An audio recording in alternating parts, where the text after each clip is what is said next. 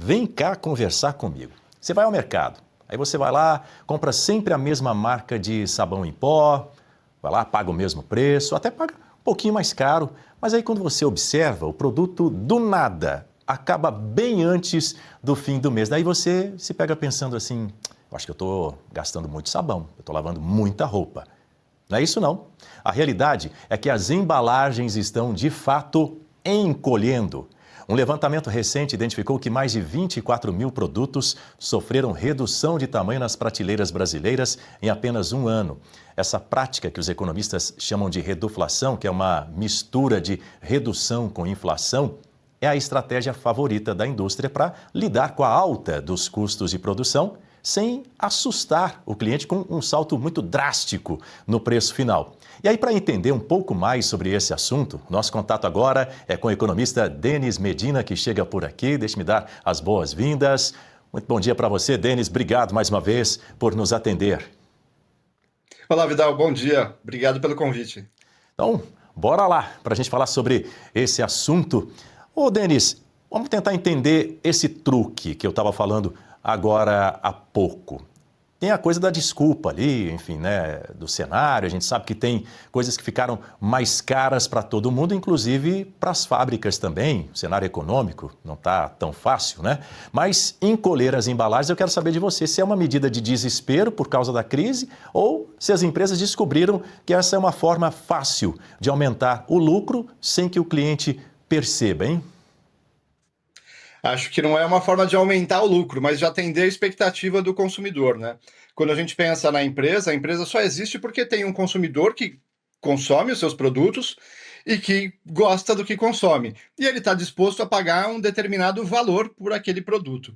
Então, quando a empresa decide diminuir a embalagem, o tamanho, a porção, é porque ela percebe que o consumidor tem uma restrição orçamentária, ele quer continuar consumindo, mas o valor que ele tem disponível para aquele produto ficou meio estável. E os custos de produção subindo, ela precisa fazer algum ajuste, né?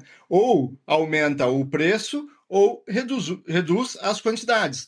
Mas isso é uma decisão crítica para a empresa, porque pensa, para uma empresa que tem todo um sistema, vamos pensar em uma empresa de água, por exemplo, ou de refrigerante, tem todo um sistema automatizado de produção para produzir uma grande quantidade numa embalagem de 500 ml. Ela decide que a embalagem vai ter 300 ml. Ela precisa adaptar várias máquinas, precisa adaptar a embalagem, precisa comprar embalagem diferente, precisa mudar os rótulos, precisa cadastrar os produtos no supermercado nessa quantidade diferente, precisa negociar com os varejistas. Então, é um baita investimento para mudar o produto que você já está produzindo. E isso não é feito simplesmente para buscar lucro, né? Mas para se adaptar à nova realidade e às necessidades do consumidor. Então, é um mix, né, de continuar atendendo o consumidor e atendendo às necessidades de resultado das fábricas. Essa é a verdade de por que isso tem acontecido. É verdade. Com tanto imposto, né, meu caro Denis Medina, lucrar realmente é um negócio bem difícil. Professor Marcelo Suano também participa da nossa conversa contigo. Doutor Denis, um bom dia. Para mim é uma grande prazer, uma honra e uma oportunidade poder fazer uma pergunta para um economista. Se me permitir, eu vou te chamar de Denis. Posso chamar? Sem problema? Claro, claro. Então, Denis, a questão é muito simples para mim. Deixando de lado as fraudes, porque eu vejo muitas fraudes. Exemplo, eu compro algumas marcas de açúcar, coloco sempre num pote de vidro. Algumas marcas, uma marca, o pote é inteiro. É o mesmo quilo. Outras ficam 2 dedos abaixo. Isso é fraude. Isso aí não é reduflação. Mas deixando de lado a questão das fraudes. A gente sabe que existem várias entidades que fazem um cálculo de inflação, FIPE, FGV, IBGE, vários que fazem, vários institutos. Perfeito. A minha pergunta é, como é que entra no cálculo de inflação essa questão da reduflação? Existe uma compensação para dizer, bom, o cara antes se pagava esse X para 1 quilo, suponhamos. Agora eles reduziram e mantendo o mesmo preço. Eles colocam esses desvios no cálculo da inflação ou existe também uma malandragem para mascarar todo o processo de identificação da inflação no Brasil?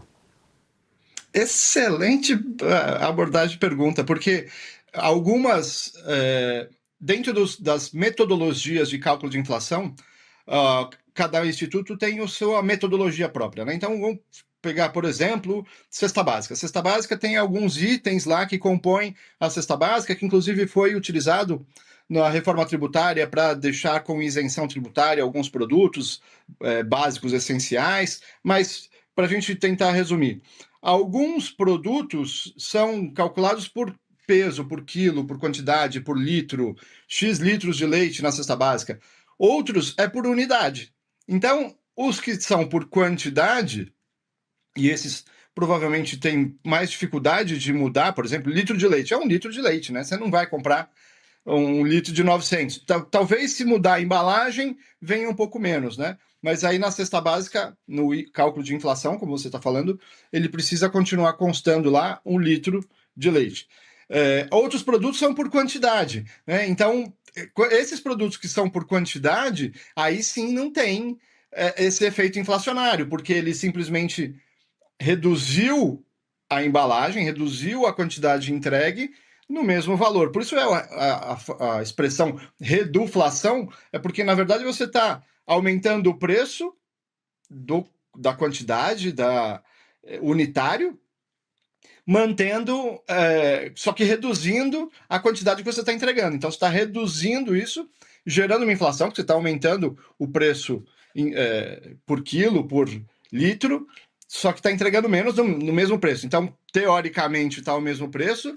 Alguns produtos na cesta básica demonstram, né, que o produto não teve alteração de preço porque é por unidade, mas a grande maioria dos produtos tem o cálculo por quilo, por litro, então acaba impactando. Mas uma parte, né? Então, uma parte é mascarada, né? Inclusive pelos próprios produtores, né, que colocam a embalagem menor, e depois a inflação acaba mascarando isso porque não lê, né?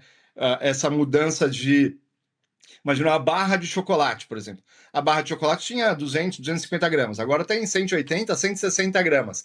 Uma barra de chocolate continua sendo uma barra de chocolate. Só que a quantidade entregue reduziu significativamente, mantendo o preço para justamente não ter esse impacto no bolso do consumidor. Então, uma parte, né, respondendo, da inflação, ela observa essas reduções.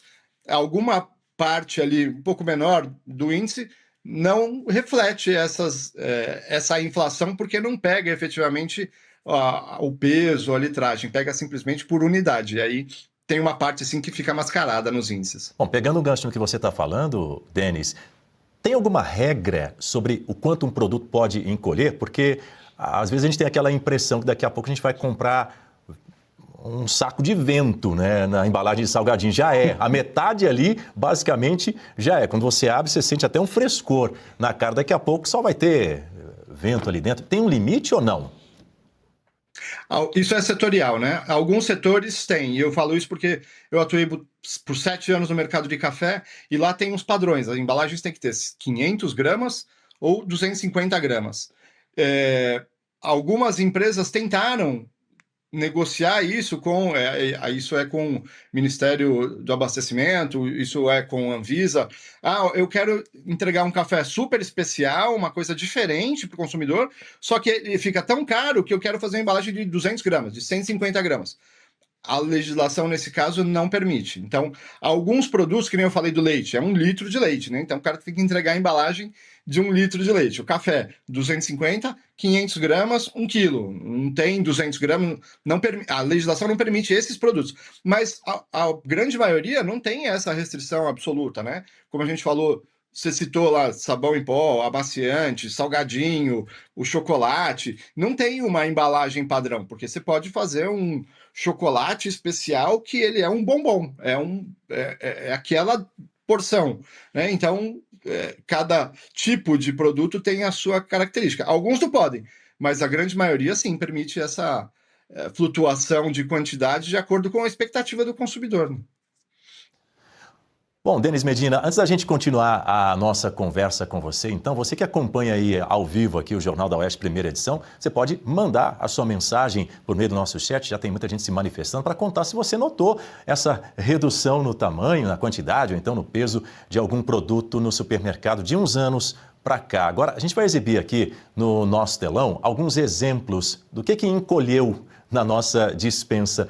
Por exemplo, esse fenômeno Você sabe, ele atinge praticamente todos os corredores do supermercado quando você está lá fazendo as suas compras, empurrando seu carrinho, desde a limpeza até o lanche das crianças. Então, dá uma olhada aqui, ó, nesse primeiro exemplo que a gente traz para você, que é do sabão em pó. A tradicional caixa de 1 quilo, hoje é facilmente encontrada na versão de 800 gramas. O peso caiu, mas o preço, em muitos casos, subiu mais de 20% nos últimos anos. Outro exemplo, o chocolate. Se você tem a sensação de que as barras eram maiores, verdade, você estava certo. As barras que tinham no passado, como já disse o Denis Medina, tinham 200 gramas. E aí caíram para 167, depois 143. E hoje tem algumas marcas aí, inclusive muito populares, que entregam apenas 80 gramas. Tem mais os ovos, a clássica dúzia de ovos que mamãe mandava comprar, agora tem sido substituída por bandejas com 10 unidades. Você leva 16% menos produto para a sua casa. E também a clássica, né? Bolacha, biscoitos, aqueles que são, olha aí, os principais. Eles encolheram de 160 gramas para apenas 100 gramas. Ou seja, nesse caso aí não tem nem dúvida se é biscoito ou bolacha. O fato é que está cravado que diminuiu um bocado, né, meu caro Denis Medina? Exatamente, independente da nomenclatura, né? É. Esses produtos industrializados têm essa flutuação, né? Como eu falei do café, do leite, eles têm produtos mais in natura, né? Ou que são básicos, eles têm essas restrições, mas esses produtos industrializados, e às vezes, né? No caso do sabão em pó, às vezes eles colocam lá agora super concentrado, você leva mais por menos, numa estratégia de marketing para tentar mostrar que ele agregou algum valor ao reduzir a embalagem, mas na maioria das vezes é redução de custo mesmo, né? Eu consegui entregar um pouco menos, cobrando a mesma coisa e aí resolvendo as situações de resultado dentro das empresas, né? E uma coisa assim, muitas vezes algumas pessoas gostam de jogar a culpa nas empresas. Ah, a empresa está fraudando, a empresa está manipulando as embalagens para enganar o consumidor. Eu digo isso com toda a categoria, com toda a certeza de mais de 30 anos atuando em empresas. Se a empresa não atender o cliente vai embora, né? Então a empresa não está fraudando, ela está arrumando uma forma de continuar atendendo o cliente dentro das expectativas dele e também resolvendo suas questões de custo, porque se ela não repassar custo, como economista, muitas vezes me perguntam, né? Por que que a empresa, como é que a empresa faz para não repassar custo? Eu falei, ela quebra.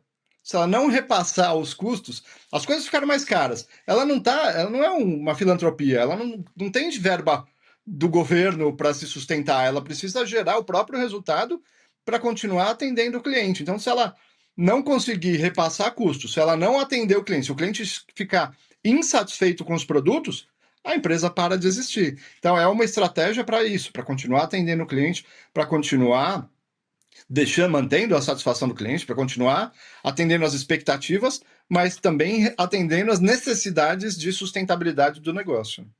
Agora, tem algumas pessoas também escrevendo aqui no nosso chat e trazendo um apontamento bem interessante, bem relevante para a nossa conversa. O Luiz Carlos Pisoni escreveu: diminuiu o volume e também diminuiu a qualidade.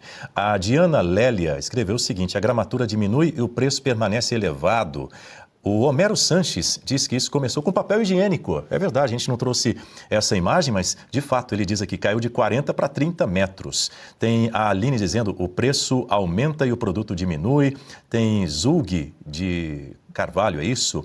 Dizendo o seguinte, já nem sei se 1 litro tem 1 litro, se o quilo tem 1000 gramas. A Fada Sensata, ficou inviável comprar sabão em pó, extremamente caro. Sueli falou que até a bisnaguinha agora também diminuiu a gramatura, mas o valor continua. Tá difícil fazer o lanche para as crianças, né? Sueli, obrigado aí pela sua participação. Diga, Suano. Denis, eu vou fazer uma pergunta que pode parecer que é brincadeira, mas não é brincadeira não. Dentro da tragédia a gente acaba sempre rindo, né? Eu não sou da área de economia, mas se você não é de uma área, você pode pelo menos usar da lógica. Mas sempre eu fiquei questionando acerca da mudança de 30% para 32% da quantidade de etanol dentro do litro da gasolina.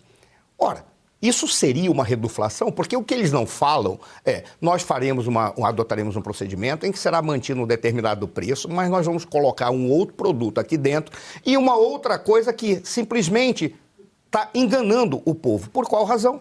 Porque o desempenho vai diminuir também, de forma que você terá que gastar mais para conseguir manter o teu carro transitando pelo mesmo tempo que tinha se tivesse só a gasolina. Isso pode ser equacionado como uma reduflação que está sendo colocada pelo governo ao ponto de você ter, não é a legalização do fato, mas a normalização da fraude? Excelente pergunta de novo. Questionamentos interessantes. Não é efetivamente uma reduflação porque você está entregando 1 litro de combustível. Agora, existem interesses que às vezes a gente não compreende, existem motivações que às vezes não está clara para a população. Pode ser o quê? Né? Uma das questões é reduzir o consumo de combustível fóssil, como gasolina, aumentar uma fonte renovável, etanol. E aí tem um motivo nobre nisso, onde você está atendendo questões ambientais e da sociedade. Agora, também, quando eu aumento a quantidade de álcool na gasolina, eu estou beneficiando um determinado setor, o setor sucroalcooleiro, onde eu estou consumindo mais, eu estou aumentando a necessidade de compra pelas distribuidoras para fazer essa mistura do setor sucroalcooleiro. Então, eu estou prejudicando um pouco o setor de petróleo ou dando menos relevância ao setor de petróleo e dando mais relevância ao setor sucroalcooleiro. Então, veja, não é claro isso. Agora, muitas vezes essas mudanças que têm interesses por trás, talvez mais do que mudanças técnicas, deixam de levar em consideração o mercado como um todo. Hoje, por que eles estão aumentando tanto essa quantidade? Né? A cada 6 meses, a cada 1 ano, aumenta a quantidade de álcool na gasolina. Porque os veículos automotores, os carros, desenvolveram uma tecnologia flex. Agora, quando você importa um carro onde lá fora não tem essa tecnologia, esse carro usa essencialmente gasolina, ele tem uma perda de rendimento, ela tem um prejuízo de manutenção. Isso acontece com alguns carros, isso acontece com os carros mais antigos, que não têm essa flexibilidade na mistura. Ele, principalmente quando ainda era injeção mecânica, né, carburador, essas coisas, esses carros não entendem que o combustível mudou, que ele precisa mudar a mistura. Quando você pega alguns motores que tradicionalmente não são utilizados com álcool, como, por exemplo, motores náuticos, alguns motores de serviço, como geradores a gasolina, ou outros tipos de motores que são projetados para funcionar com gasolina, não com uma mistura disso. Então, é uma forma de manipular os mercados, né? Você privilegiar um e prejudicar o outro, só que você esquece que não é só carro que usa gasolina. Tem várias máquinas, vários motores, vários outros tipos de serviço que também usam a gasolina como combustível e que está sendo prejudicado esse tipo de motor. E outra coisa, né, você acaba manipulando essa relação preço, oferta e demanda, porque você está aumentando a demanda do álcool misturando na gasolina. Por outro lado, está reduzindo a oferta de gasolina, né? Está fazendo sobrar isso no mercado. Então, você manipula, sim, preço, mas mais do que isso, você manipula mercados. Você privilegia um setor a outro setor. E muitas vezes sem ter uma consideração técnica de todos os setores. Por que a gente não tem gasolina pura disponível para carros que são importados, que precisam desse tipo de gasolina, né?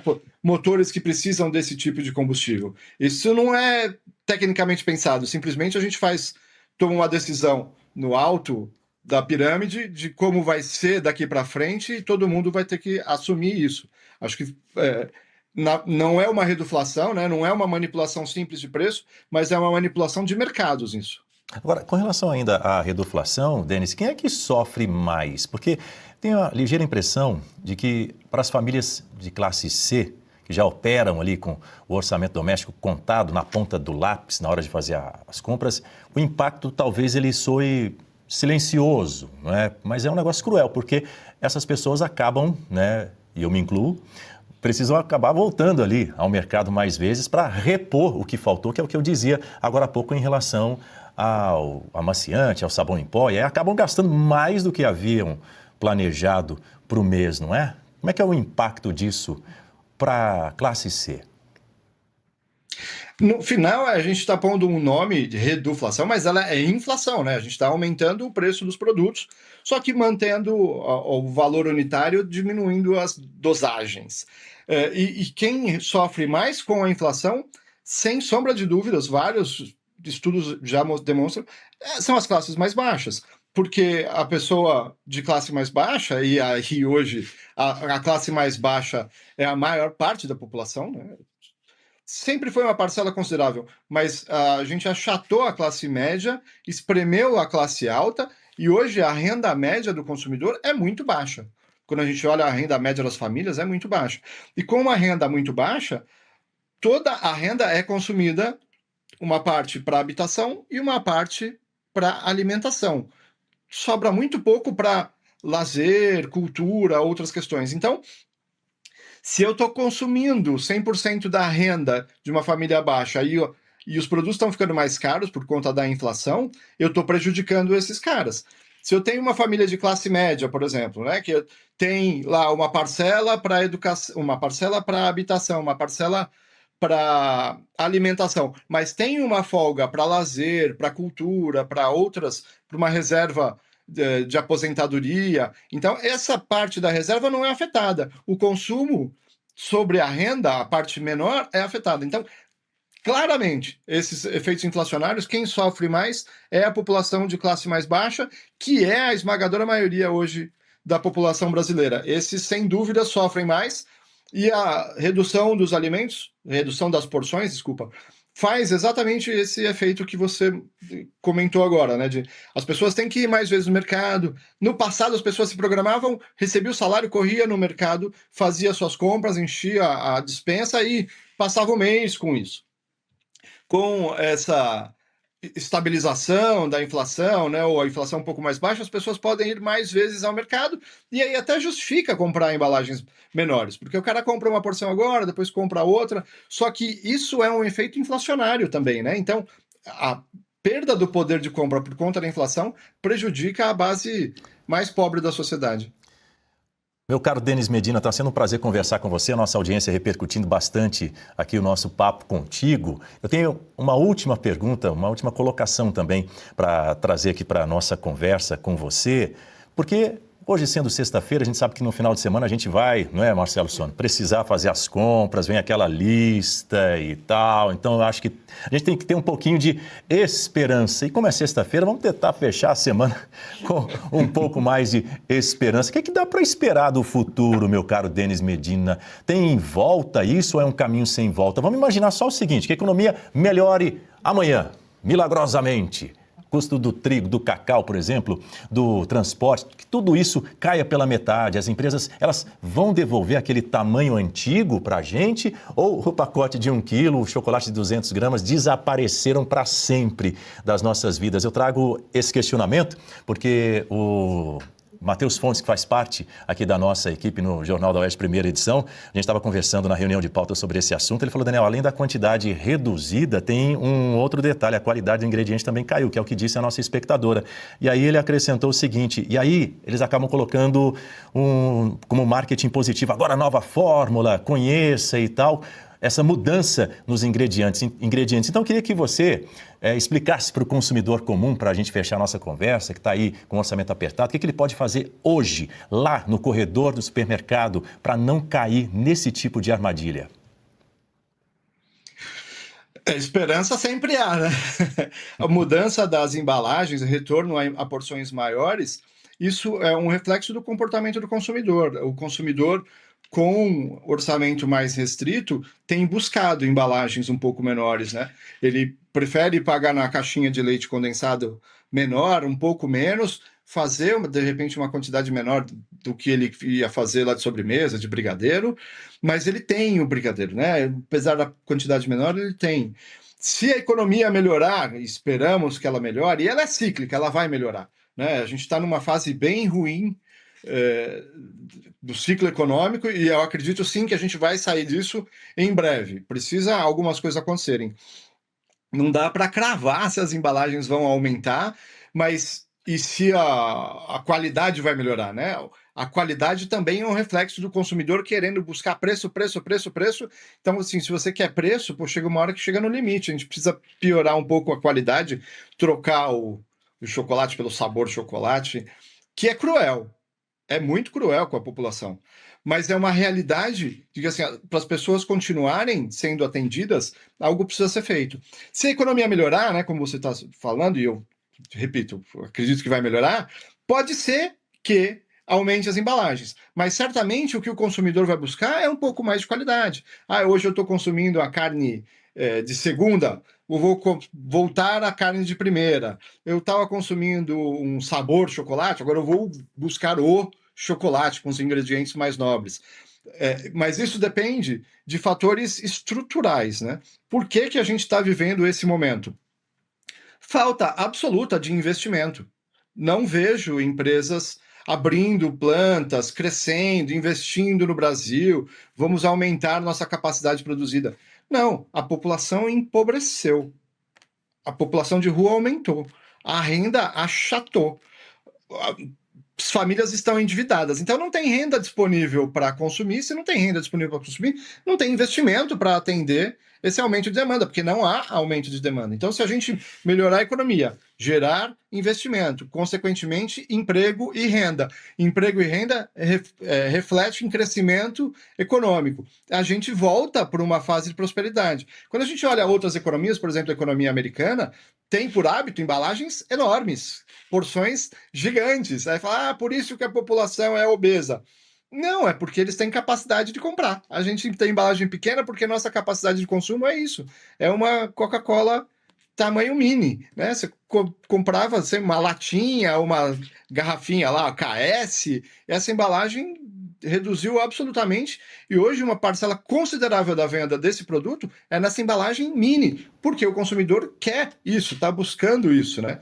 O caminho para a gente mudar isso e dar esperança é efetivamente mudar esse ciclo que hoje prejudica o crescimento econômico, gera um desestímulo ao desenvolvimento, ao investimento, porque as taxas de juros são excessivas ao extremo, e a renda está ficando com uma pequena parcela que está ligada aos governantes, às diversas esferas de governo, aos serviços públicos. Isso não está sendo distribuído igualmente para a sociedade. Então, essa igualdade de distribuição, essa proposta de voltar ao crescimento, ao desenvolvimento, é fundamental para que a gente mude essa situação. E aí, se o consumidor começar a mudar seus hábitos de consumo, porque tem renda para isso, as empresas vão, sem dúvida, atender a necessidade. Nosso espectador Ailton Cruz agradecendo à Oeste por trazer esse assunto aqui no Jornal da Oeste, primeira edição. E eu transmito o meu agradecimento também a você, meu caro Denis Medina. Foi uma satisfação muito grande ouvi-lo. Obrigado pelos esclarecimentos. Volte sempre e volte em breve. Temos muitos assuntos a respeito da economia para poder debater contigo. Posso contar com você? Estou à disposição. Conte comigo sempre. Bom, excelente final de semana a todos. E se você pudesse ter acesso aos bastidores do Sem Filtro e conversar direto com os comentaristas e âncoras da Oeste? Agora, isso é possível com o Clube de Membros do nosso canal no YouTube. O clube foi criado para quem quer dar um passo além e fazer parte de uma comunidade exclusiva. São 3 níveis de assinatura pensados para aproximar você da nossa equipe. No plano apoiador, você ganha destaque no chat, figurinhas personalizadas e acesso a publicações exclusivas na comunidade do canal. Quer estar ainda mais perto da Oeste? Nos níveis Engajado e VIP, nós liberamos acesso às lives fechadas com nossos apresentadores e comentaristas, nas modalidades mensal ou semanal. Você também participa de sorteios de livros e produtos da Oeste, além de acesso antecipado a vídeos e a uma visão direta dos bastidores do programa Oeste Sem Filtro. Faça parte do nosso clube de membros e tenha acesso a lives exclusivas comigo e com todo o time da Oeste. Se você acredita na importância de um jornalismo livre, independente e comprometido com os fatos, clique agora no botão Seja Membro e conheça todos os detalhes e vantagens de cada plano.